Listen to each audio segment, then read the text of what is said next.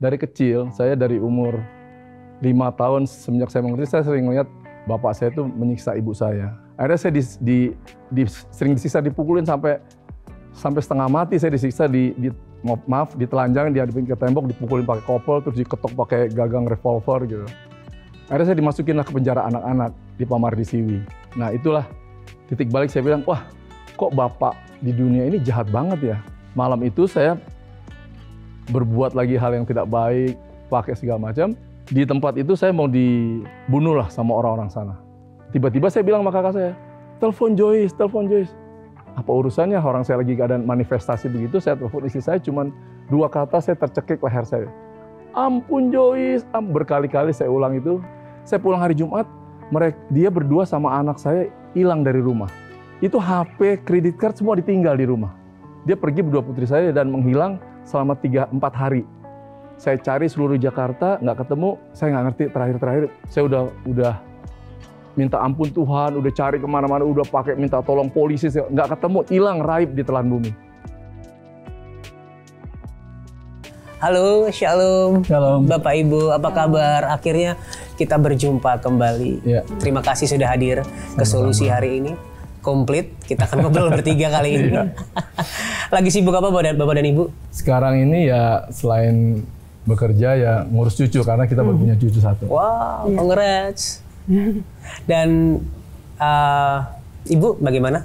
Kabar baik? Puji Tuhan. Kemarin kesaksian Ibu banyak memberkati orang, banyak yang hidupnya diubahkan. Dan saya juga berdoa pembicaraan hari ini juga memberkati banyak orang.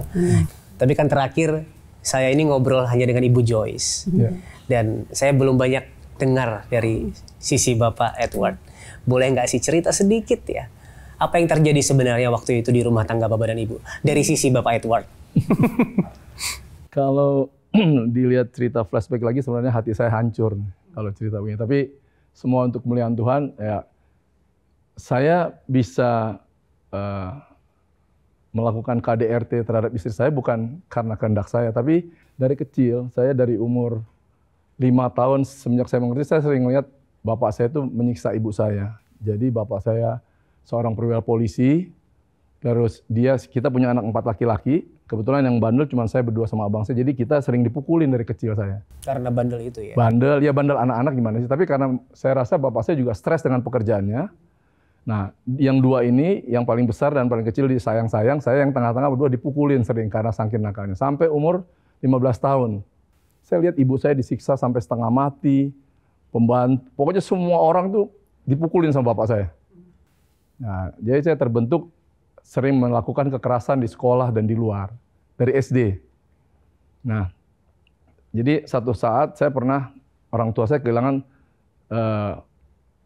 senjatanya waktu itu. Itu saya yang dituduh, karena saya sering ngambil barang di rumah, sering jual, sering apa. Pokoknya sangat nakal lah.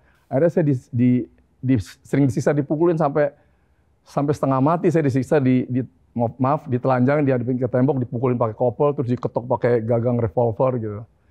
Akhirnya saya dimasukin ke penjara anak-anak di Pamardisiwi. Nah itulah titik balik saya bilang, wah kok bapak di dunia ini jahat banget ya. Nah itu yang membuat terbentuk saya akhirnya sampai saya dewasa itu, ya itu yang kelakuan saya, nggak di luar, nggak sesudah berkeluarga ya emosinya nggak kekontrol kadang-kadang. Jadi memang berangkat dari masa lalu yang berat bagi Bapak Edward. Saya tidak ada kasih bapak dari kecil. Tapi terakhir udah pulih, bapak saya 2000 dipanggil Tuhan dan kita udah pemulihan. Wow, puji Tuhan. Tapi memang identitas itu penting ya. Ya. Gambar diri itu sangat penting betul. bagi kita anak-anak Bapak di surga. Kita harus mengerti kasih Bapak yang sebenarnya gitu ya. Karena memang nggak ada Bapak yang sempurna. Ya. Lalu bagaimana waktu itu akhirnya Bapak bisa melakukan hal-hal yang mungkin bisa dipandang dunia tidak baik ya, bahkan sangat buruk kepada Ibu Joyce? Akhirnya saya sesudah itu saya di SD lulus, SMP saya disuruh dititipkan di tante saya di luar kota. Jadi saya nggak pernah punya siapa-siapa, pulang ke Jakarta, sekolahnya ngaco, akhirnya saya lulus lah sekolah. Terus saya kuliah di UKI, nggak selesai juga, saya akhirnya lihat teman saya jadi pilot. Nah saya ikut itu, ibu saya rayu, akhirnya dikasih saya sekolah pilot di Amerika waktu itu. Nah pulang ke sini, saya nggak punya figur apapun, saya cuma berjalan dengan diri saya sendiri, dengan apa yang didikan yang saya tahu di luar sana nggak ada didikan dari seorang figur bapak gitu. Nah itulah yang membuat saya jadi keras di mana-mana. Nah singkat cerita, kakak saya semua berkeluarga, udah saya dewasa kan harus menikah gitu ya. Saya kehidupan malamnya juga kacau di Jakarta ini, karena anak polisi, anak komplek juga, terus segalanya ada. Sudah pulang jadi pilot, saya bukan makin benar, hidupnya makin kacau. Dan umurnya sudah mulai banyak gitu, kakak saya udah married dua-duanya dengan orang Batak. Karena saya orang Batak yang bapak saya itu ketua marga Limbong pertama nih di Indonesia ini. Nah saya bukan diarahkan, tapi kayaknya diharuskan menikah dengan orang Batak. Saya akhirnya, waktu saya punya pacar juga orang Batak, tapi disetujui waktu itu ada orang Jawa. Nah saya carilah orang Batak, saya pergi ke gereja-gereja HKBP, kemana-mana, saya cari orang Batak. Ternyata nggak ada juga yang dapat, malah banyak yang bagi saya, sama aja kok, Batak nggak Batak gitu. Nah, udah singkat cerita, putuslah saya sama pacar ini, orang tua saya tetap, ibu saya bilang, kalau bisa sama orang Batak. Bapak saya bilang, kalau bisa, kalau nggak nanti nggak ada marganya. Saya berusaha cari, waktu saya putus sama pacar saya ini, saya patah hati lah. Patah hati, terus saya mabuk-mabukan, udah dari SMA saya memang sudah hidup dengan dunia malam ya. Tapi sesudah putus sama pacar saya yang pacaran cukup lama ini, saya patah hati dan saya kacau lah kemana-mana. Sampai saya juga pergi lari lah ke luar negeri. Kata ibu saya, pulang, ngapain kamu gara-gara perempuan begitu? Nah akhirnya waktu itu, oh ya sebelum berangkat tuh saya mabuk-mabukan, saya pergi ke gereja Blok B. Saya ingat saya berdoa di situ. Berdoa di teman-teman saya, udah nggak tahu nih hidup di dunia mana. Karena orang patah hati mungkin kalau belum pernah coba patah hati, pasti mau bunuh diri. Akhirnya saya berdoa di gereja Blok B itu, saya bilang ini, Tuhan, saya minta istri pengganti ini biar hati saya ini damai. Saya minta istri yang ibunya seorang janda dan dari keluarga yang biasa-biasa saja. Udah, habis itu lupa. Nah, saya sering beribadah di gereja itu, tapi saya tetap terbang dengan kehidupan yang ngaco gitu. Nah, satu hari saya melihat dia gitu di gereja Blok B itu. Dan saya nggak kenal sama dia. Dia lagi sama bapaknya, itu bapaknya berarti masih hidup. Saya lewat, ini sudah tahunya pas sudah saya ketemu dia. Nah, akhirnya teruslah main kehidupan di dunia penerbangan yang kurang baik ya. Akhirnya jatuhlah saya ke dunia malam yang sangat parah. Nah, habis itu satu hari saya ketemu teman saya lama. Nah, dikenalin lah dia sama saya ini. Saya bilang, wah itu kenalin. Dia saya deketin kan, dia nggak mau sama saya. Karena dia tahu dengar dari temannya dia, kalau saya ini orang nggak baik gitu, orang nggak bener, suka ini, suka itu. Akhirnya karena saya bilang, wah ini nggak bisa nih, kalau mau sesuatu harus dapat gitu. Saya kejar terus ke rumahnya, berkali-kali diusir saya dari rumahnya dia. Satu hari ketemu, saya bilang sama temennya, lu ajak dia pergi kemana, nanti kita ketemuan di sana. Nah itu saya suka bikin seperti itu biar triknya, bisa ketemu triknya.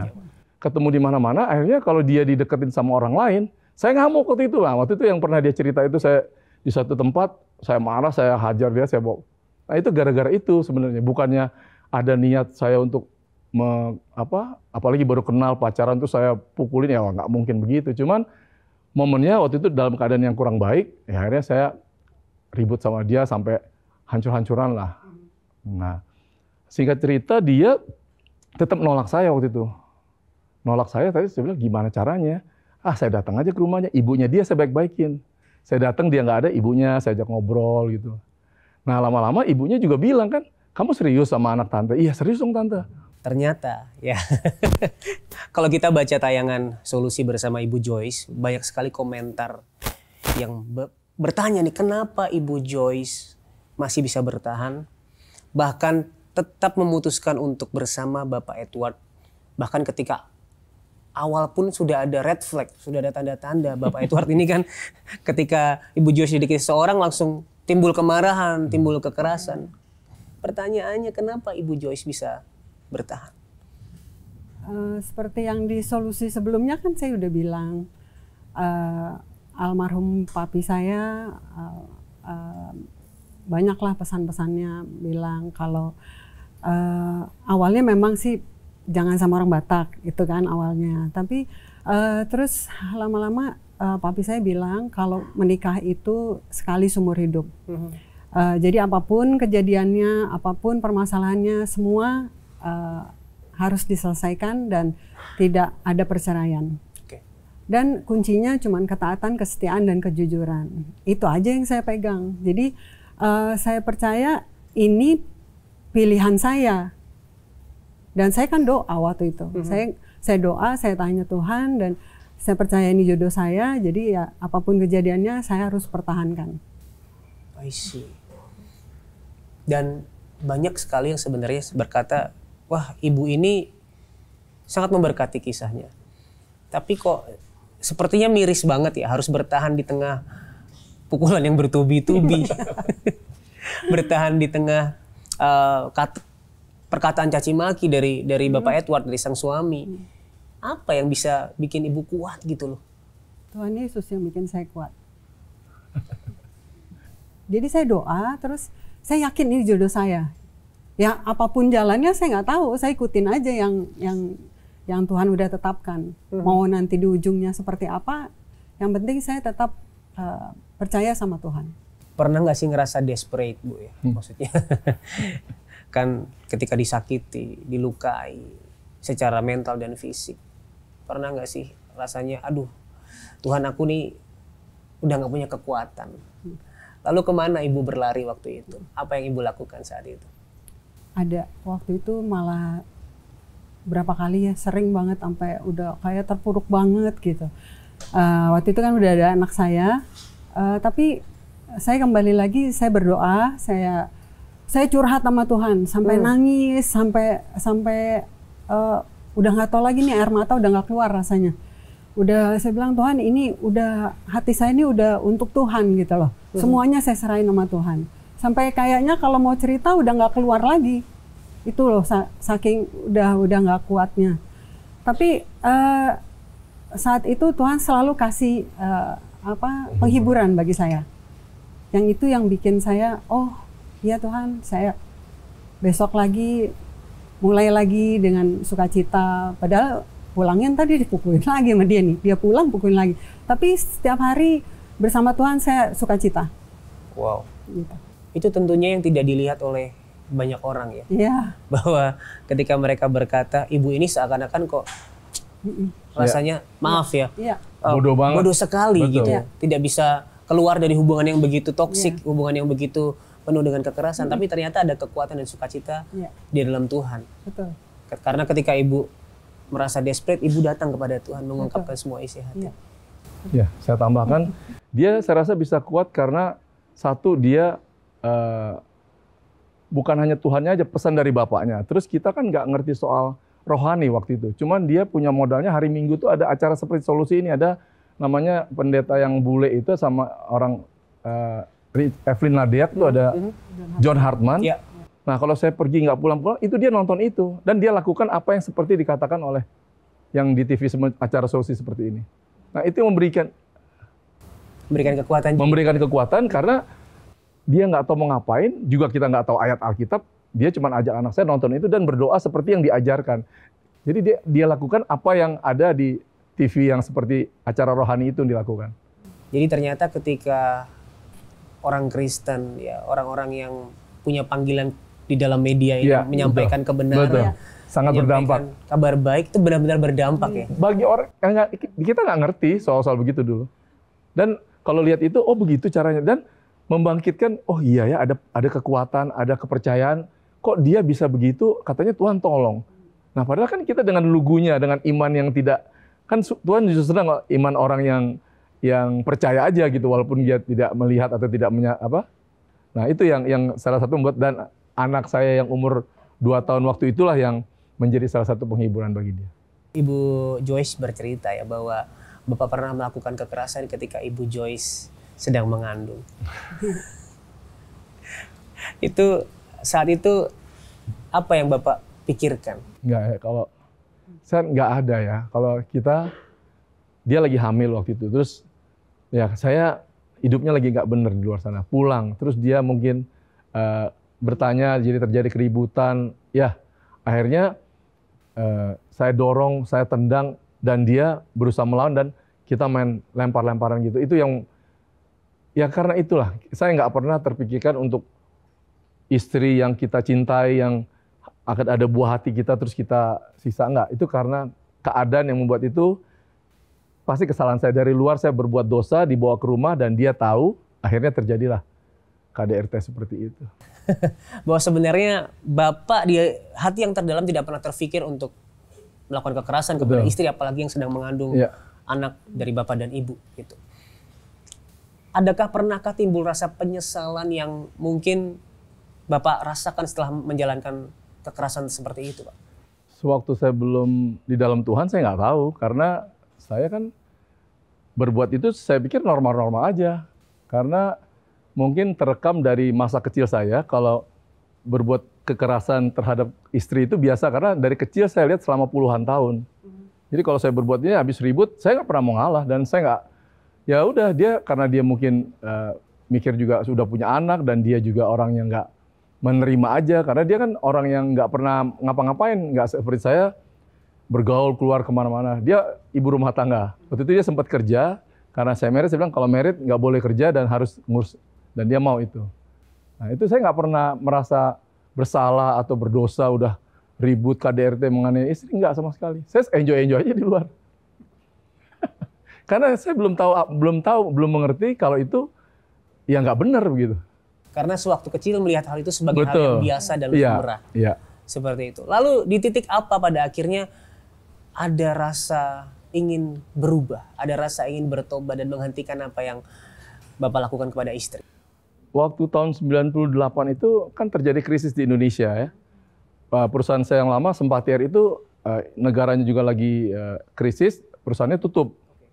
Akhirnya 99 itu karena kita pilot profesional untuk bekerja di bidang lain, kan disiplin ilmunya kan nggak cocok ya.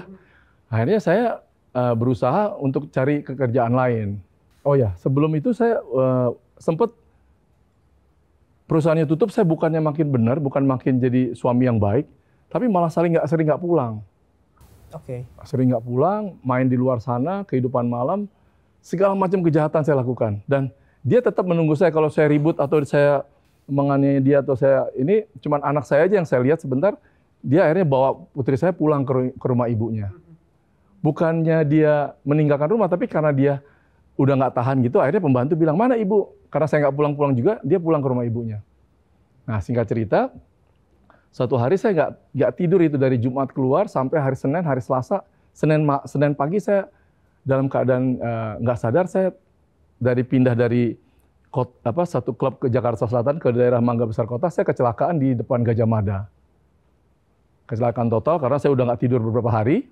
Akhirnya saya dibawa ke rumah sakit dan dibawa pulang ke rumah dengan keadaan yang cukup lumayan lah parahnya. Nah sampai di rumah dia nggak ada dan saya terkapar gitu. Ternyata nggak lama kemudian dia datang. Pembantu saya waktu itu memberitahu kalau bapak kecelakaan dan sakit. Akhirnya dia datang dengan keadaan yang sudah meninggalkan rumah yang karena saya sia-siakan, dia mengurus saya waktu itu. Wow. Tahun 99 itu. Dan akhir disitulah Bapak merasakan kasih yang sejati itu. Saya bilang, wah saya udah jahat sama dia, udah saya nggak pulang-pulang, udah saya main di luar sana, tapi dia masih tetap datang mengurus saya. Dan hampir lama saya diurus sama dia di tempat tidur tuh kurang lebih 2-3 bulan. Dan lalu perubahan itu Bapak alami sedikit demi sedikit. Saya bilang kita nggak pernah ribut lagi, rekonsiliasi juga karena belum ada kerjaan kan tahun 99 itu. Akhirnya karena di Jakarta teman-teman saya udah ngelamar semua di airline luar negeri waktu itu. Karena di Indonesia nggak ada, saya akhirnya keluarga saya di Batam, bapak saya pensiun di Batam, kakak saya semua pengusaha cukup sukses di Batam. Akhirnya saya pergilah bilang sama dia, saya ke Batam aja deh daripada udah kerja, semua udah habis nih. Akhirnya saya ke Batam. Waktu itu udah sembuh nih, 3 bulan diurus dia udah sembuh. Udah didetox sama adik saya yang dokter, udah segala macam. Saya ke Batam, niatnya mau cari kerja. Tetapi saya berdua keponakan saya datang ke sana, nggak ke rumah keluarga saya nginep dulu di hotel. Dan saya bawa lagi barang-barang terlarang itu. Malam itu saya berbuat lagi hal yang tidak baik, pakai segala macam. Akhirnya dia nggak tahu itu, dia pikir saya mau ke rumah keluarga saya, mau di tempat itu saya mau bunuh lah sama orang-orang sana. Karena dipikir ini orang dari Jakarta mau ngapain nih ke sini, mau berbisnis di sini seperti itu. Itu jam 4 subuh, sampai jam 5 saya nggak dilepas. Akhirnya saya dibilang, oke, kalau kamu benar nggak ngapa-ngapain, diantar ke hotel. Saya diantar hotel diiring, mau dibawa saya tuh sama mereka itu, sama geng orang-orang sana.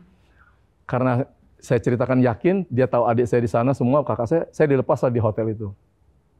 Nah, di hotel itulah keponakan saya udah tidur di sebelah saya, tiba-tiba saya lagi duduk gitu di kamar itu, saya masuk ke alam roh. Pernah saya juga di Solusi ini tahun 2004 saya pernah menceritakan hal ini. Saya lihat di kamar itu tiba-tiba saya merasa ketakutan dan akan mati. Saya lihat di TV waktu itu, saya pasang TV, itu ada dosa-dosa saya di situ. Tertulis, terpampang. Bukan tertulis, ada film dosa-dosa saya waktu saya lagi di klub malam, waktu saya lagi ada semua di situ. Wow. Itu kira-kira jam 6 pagi. Waktu itu udah terang, ponakan saya bilang, waduh, ini kenapa nih kok? Saya ketakutan, tiba-tiba dari asap hotel itu keluar asap. Ini yang saya lihat secara kasat mata ya. Wah, saya bangun nih, saya bangun, Leo bangun. Nih, kita kayaknya dikerjain orang nih tadi. Saya pikir saya disantet sama orang-orang yang tadi malam. Dan saya lihat situ, tiba-tiba di TV itu ada manggil-manggil saya. Come with me, 666. Pokoknya saya diajak untuk menyembah setan. Saya bilang, ayo Leo kita keluar. Itu hotel di Nagoya dekat dengan rumah komplek kakak saya. Saya bilang, bangun. Saya bawa itu koper saya keluar. Saya di perjalanan itu saya cuma satu, karena saya udah nggak pernah ibadah kurang lebih 3,5 tahun. Saya cuma ingat satu ibadah waktu itu saya pernah lihat di TV, pendeta Chris Panusama, dia bilang, darah Yesus, darah Yesus. Jadi sepanjang jalan keluar hotel, saya ke rumah kakak saya itu, saya sebut kata-kata itu, dan di perjalanan itu saya lihat semua setan-setan banyak yang mau mencelakakan saya. Sampai di rumah kakak saya bilang, wah lu mabuk lagi enggak? Enggak, Lin, mana Alkitab? Gue dikerjain orang nih. Saya pegang Alkitab itu, saya minta didoakan, saya ingat nggak ingat, itu Alkitab bergerak sering memukul muka saya. Ada yang menggerakkan, jatuh, terus saya tumpah-tumpah, saya teriak-teriak, ampun Tuhan, ampun Tuhan. Itu kurang lebih beberapa saat kakak saya mendoakan, tiba-tiba segitu saya dengar suara yang nggak ada wujudnya. Sekarang kamu percaya. Sekarang kamu percaya. Wow. Nah, mulai saat itulah ternyata saya baru tahu kalau saya itu ditangkap Tuhan hari itu. Dan yang paling lucu lagi, tiba-tiba saya bilang sama kakak saya, telepon Joyce. Apa urusannya, orang saya lagi keadaan manifestasi begitu, saya telepon istri saya, cuman 2 kata saya tercekik leher saya. Ampun Joyce, berkali-kali saya ulang itu, terus dia bilang sana, iya saya ampuni. Katanya. Udah selesai. Akhirnya 3 hari 3 malam di Batam, singkat cerita, akhirnya bisa pulang ke Jakarta dan sampai hari ini kita dipulihkan dan saya melayani Tuhan. Luar biasa. Dan itu menunjukkan bahwa orang yang dipilih Tuhan, Amin. pasti dia tarik, pasti dibawa kembali kepadanya ya. Lalu buat Ibu Joyce, waktu ditelepon dan setelah pulang mungkin Bapak Edward bercerita ya kepada Iya, Ibu wah Joyce. saya cerita aja udah. Respon Ibu gimana waktu itu Ibu? Waktu pas angkat telepon, Iya. kaget. Saya pikir ada apa gitu loh. Saya pikir, waduh udah mau nggak ada nih. Minta apa? Tapi habis itu udah 3 hari kemudian ya pulang. Waktu cerita aja Nggak ngerti. enggak, ceritanya itu kata-katanya tuh halus gitu loh. Udah berbeda oh, ya? beda. Dari dulu kan jangan kan ngomong, ngetok aja udah bunyinya udah beda gitu loh. Ini sekarang ngomong tuh halo, kalem gitu loh, kayak ada tuntunan gitu teratur. Jadi kok beda gitu loh. Ya udah dari situ dia cerita dia semua ada. Oh ini loh pada akhirnya. Doanya dia dijawab Tuhan dan mempertobatkan saya dengan cara yang keras seperti itu. Nggak bisa didoakan sama orang atau melalui hamba Tuhan, harus dengan Tuhan sendiri. Tuhan sendiri yang datang dan mengajar ya Pak? Yang menangkap saya, yang menghajar saya, ya betul. Oke, lalu setelah itu masih nggak sih, bagaimanapun kan orang pertobatan dan pertumbuhan semakin serupa Kristus itu kan bertahap ya, progresif ya. Sempat nggak jatuh ke dalam hal yang sama? Sempat temperamennya naik lagi, marah lagi? Ya, kalau marah yang terbesar waktu itu saya akhirnya tahun 2000 itu sampai hari ini pelayanan ya. Saya membangun semuanya, belajar. Nah, saya nggak pernah lagi main tangan sama dia. Dan saya sudah bertobat itu sama sekali saya nggak pernah lagi main di luar sana, main perempuan atau main apapun nggak pernah. Hidup dalam kekudusan. Nah, yang paling fatal 2012 saya masih ingat. Ini belum pernah saya saksikan sebenarnya, tapi dia ribut sama saya. Waktu itu saya mau pelayan ribut, mau terbang waktu itu ya. Terus tiba-tiba karena saya udah emosi, itu saya hancurin barang di rumah. Anak saya juga ikut saya marahin dan pokoknya hancur-hancuran barang lah. Itu udah nggak pernah terjadi. 2012 itu ya, bulan September, saya ingat banget. Saya terbang habis itu hari Jumat. Tahu-taunya saya besoknya pulang, saya terbang hari Kamis, pulang hari Jumat ya. Saya pulang hari Jumat, dia berdua sama anak saya hilang dari rumah. Saya tinggal di apartemen. Terus saya waktu itu, ya kan kalau materi kita nggak kekurangan ya. Akhirnya dia pergi, dia bawa cash, itu HP, kredit card semua ditinggal di rumah. Dia pergi berdua putri saya dan menghilang selama 3-4 hari. Saya cari seluruh Jakarta, nggak ketemu. Saya nggak ngerti terakhir. Saya udah minta ampun Tuhan, udah cari kemana-mana, udah pakai minta tolong polisi, nggak ketemu, hilang raib di telan bumi. Udah berhari, saya nggak pernah tidur, begadang cari keluar hotel semua teman-teman anak saya. Akhirnya hari Senin itu saya doa puasa lah, karena dia nggak hari Minggu dia nggak pulang, saya doa puasa. Saya baca Mazmur, dia nggak pulang, saya udah patah hati, udah nggak bilang, waduh, gue nggak mau hidup lagi. Waktu habis saya baca itu kira-kira jam 3 atau jam 4 sore, saya udah putus asa lah. Saya bilang, kemana ya Tuhan? Ampun saya Tuhan, udah saya baju mereka udah. Itu tiba-tiba ada yang, saya dibilang ini, udah kamu loncat aja katanya. Kamu loncat aja. Saya ke jendela lihat ini, gue loncat. Kalau gue loncat gimana mati? Masa gue pakai piyama gini di bawah? Ntar dilihat TV dong. Saya berpikir begitu. Ini baru ditanya, pernah ribut lagi. Ini saya baru saksikan. Oke. Terus akhirnya saya panggil keluarga saya, abang ipar saya datang ke saya bilang, tolongin gue dong, gue nggak tahu lagi mau gimana nih. Akhirnya cari lagi nggak ketemu. Udah saya nggak jadi bunuh diri itu, ada keluarga saya nemenin saya. Besoknya itu hari Senin, saya bilang, ayo kita cari lagi. Siang itu saya turun ke bawah sama orang-orang teman-teman saya, yuk kita cari kemana. Saya nggak makan. Udah, akhirnya saya coba dibeliin makanan, saya makan lah, sup. Tiba-tiba waktu saya makan di lobi di bawah, orang security apartemen bilang, Ibu Made pulang. Itu kan udah geger semua ya. Dia pulang berdua dengan nggak punya dosa, berdua ke situ. Saya langsung peluk mereka, saya cium kaki mereka, naik ke atas. Saya bilang, mulai hari ini saya berjanji Tuhan. Itu saya berbuat seperti itu. Saya udah pelayanan mimbar loh. Jadi itulah terakhir kali sampai hari ini saya berjanji sama Tuhan nggak pernah akan lagi ribut. Ya ribut biasa kecil nggak apa-apa. Tapi ribut yang seperti saya pernah lakukan sebelum saya bertobat sampai hari ini, puji Tuhan kita selalu tidak pernah ribut secara besar-besaran lagi. Sama sekali. Konflik pasti ada ya, suami istri. Ya konflik masalah cari makan di mana gitu ya. Kalau mau kemana, mau nonton film apa gitu. Yeah. Hanya hal seperti itu. Tapi kalau yang besar sama sekali nggak pernah. Puji Tuhan. Lalu Ibu Joyce kemana waktu itu Ibu? Dan anak? Waktu itu kan ceritanya kita nonton itu loh, yang CIA, apalah segala. CSI. Oke. Itu semua. Kita tonton, kita pelajari nih. Jadi nggak bawa HP, nggak bawa kartu kredit, bawa cash aja. Nggak, anak saya itu yang otaknya ternyata. Anak saya kan, ini kan dia kuliah tuh. Udah dia yang nyetir, dia bilang, udah mah, dia pagi, dia kuliah dulu sebentar, baru kita dari satu hotel, pindah ke satu hotel. Tapi hotelnya tuh yang udah yang pinggir-pinggir, tapi yang aman gitu loh. Jadi dia nyarinya kan yang besar-besar. Kita nyari yang kecil-kecil. Dia nggak tahu nih, udah Mbak. Pas hari Minggu itu kan udah pulang, dia ceritakan. Pas hari Minggu paginya itu saya ke gereja sama anak saya. Terus tiba-tiba pas lagi doa, kamu pulang gitu. Ada suara gitu, kamu pulang. Tapi anak saya bilang, jangan pulang dulu. Kayaknya belum nih, masih belum. Papa masih emosi kali katanya.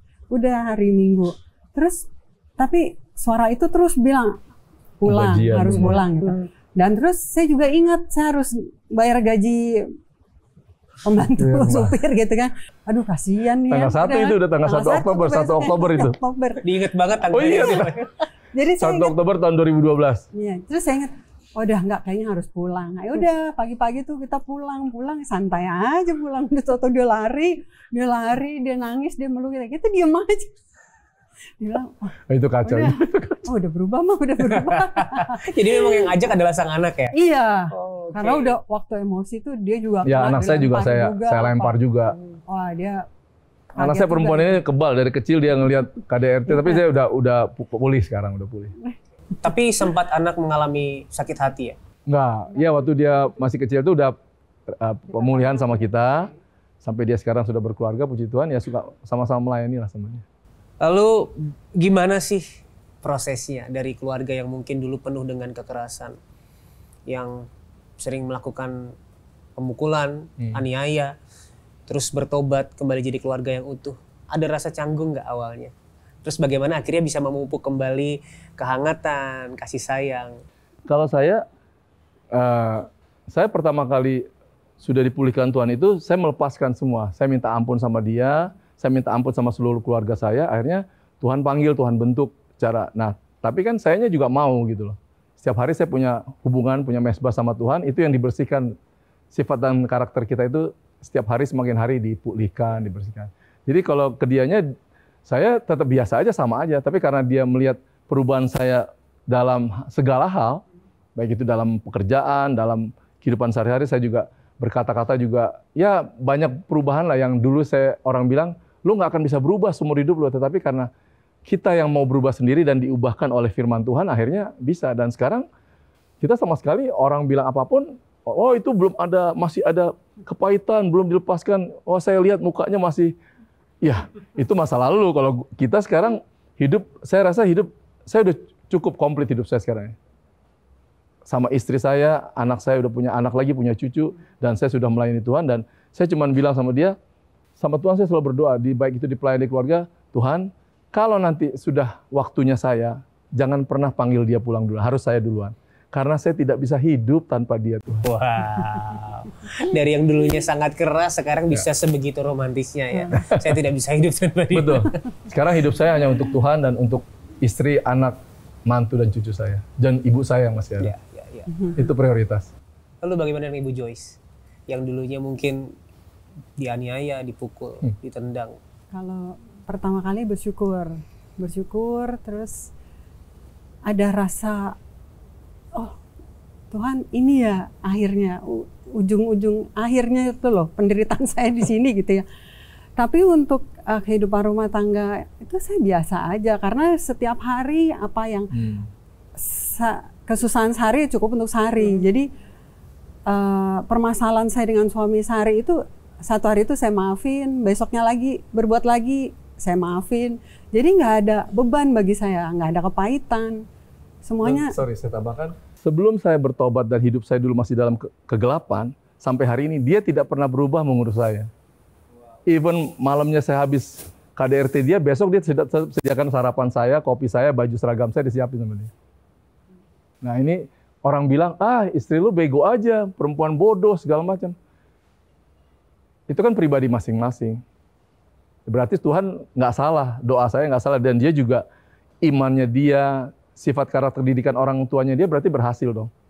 Kalau dia bisa bukan hanya dalam keadaan baik saja bisa mengurus keluarga dan suaminya, tapi dalam keadaan tidak baik pun dia tetap sama. Sekarang saya lihat ya dia lebih, orang bilang, wah lu enak ya punya suami kayak gitu. Lo mau ikutin zaman gue dulu kayak gini bisa. Iya. Nah itu yang harganya sudah dibayar dan Tuhan, hukum tabur tua itu berlaku buat dia.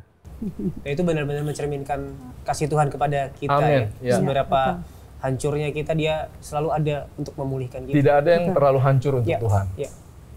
Siapapun. Mungkin banyak yang lebih berat dari hubungan rumah tangga seperti kita. Tapi ujung-ujungnya kenapa langsung bercerai? Saya selalu bilang gimana? Tunda perceraian. Saya mau bikin acara nih, tunda perceraian. Karena apa? Bercerai itu bukan solusi. Banyak yang dihancurkan kalau kita cerai. Keluarga istri, keluarga suami, anak-anak, orang tua, semua. Jadi kalau sekarang apa-apa trennya cerai, nggak agama apapun lah, terutama Kristen ya. Itu saya lihat pakai ayat lagi, Matius 19. Itu karena zina, itu dirajam. Jadi kalau dirajam mati juga istrinya.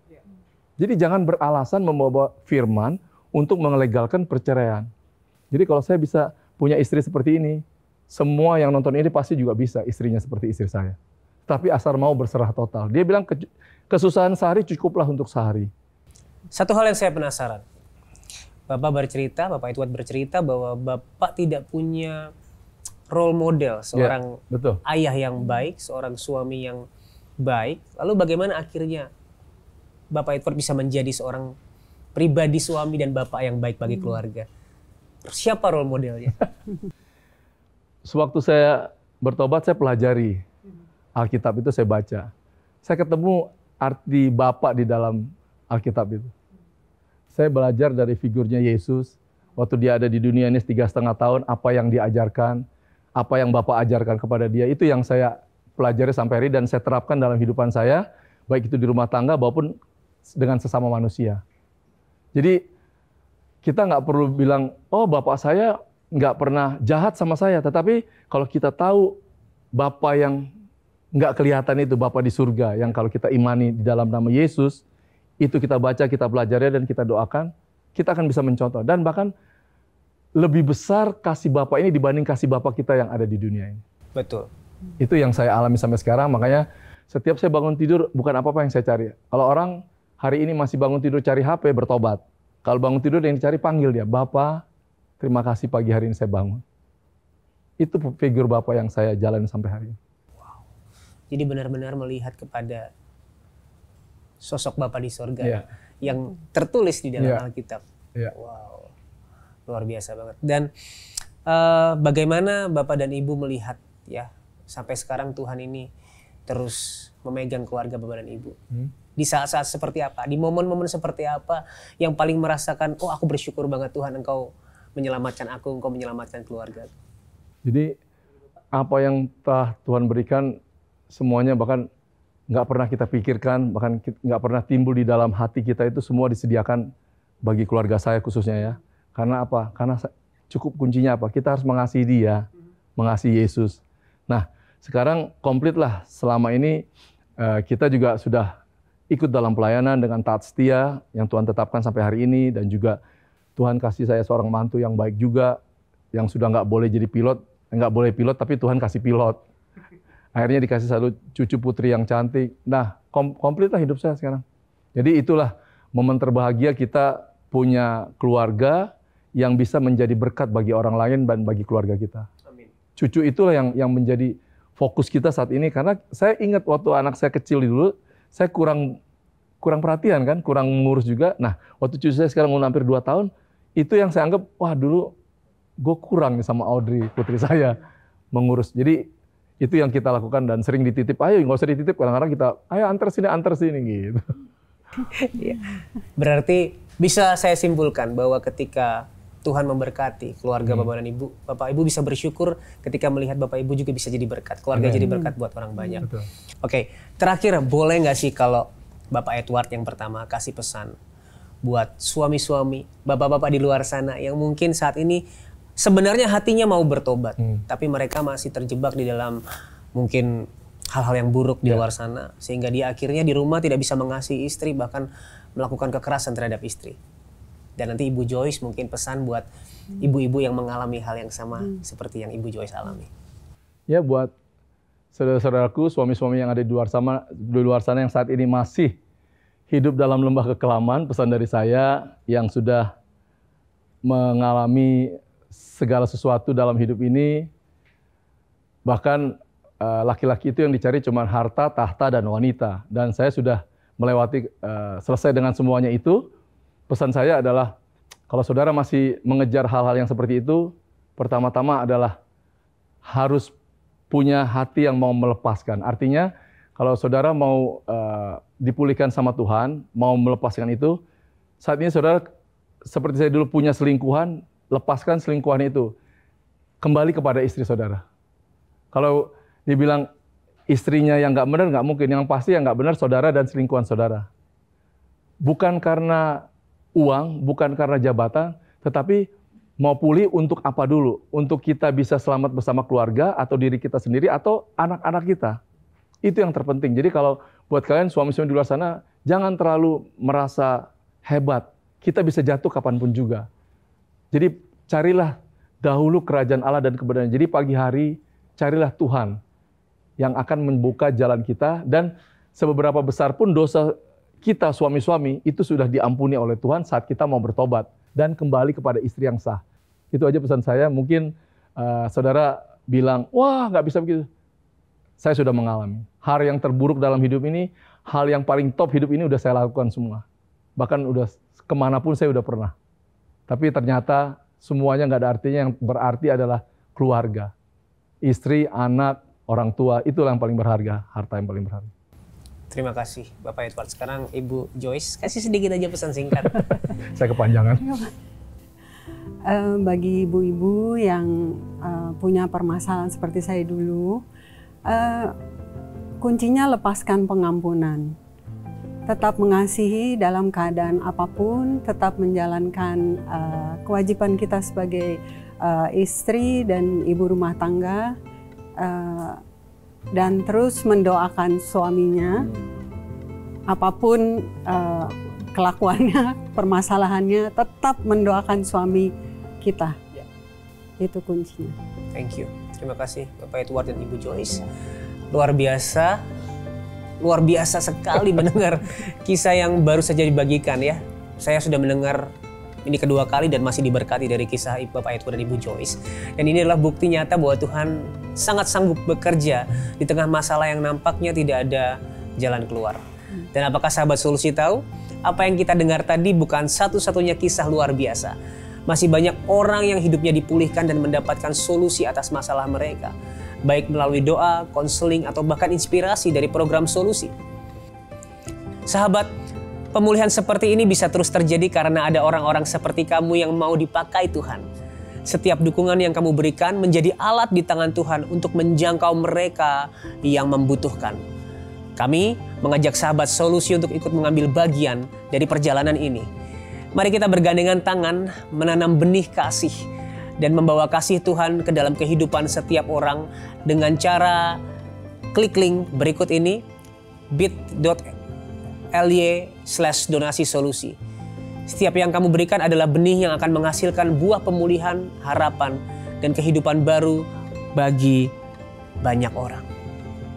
Terima kasih banyak sudah menyaksikan tayangan ini. Terima kasih banyak Bapak Edward dan Ibu Joyce buat ceritanya. Sekali lagi saya sangat diberkati dengan setiap kisah dari Bapak dan Ibu. Terima kasih banyak. Percayalah apa yang kita berikan akan Tuhan pakai untuk melakukan hal-hal besar. Terima kasih sahabat sudah menjadi saluran berkat bagi banyak sekali orang. Ingat, Tuhan Yesus sangat mengasihimu dan apapun permasalahanmu, di dalam Tuhan Yesus pasti ada solusi.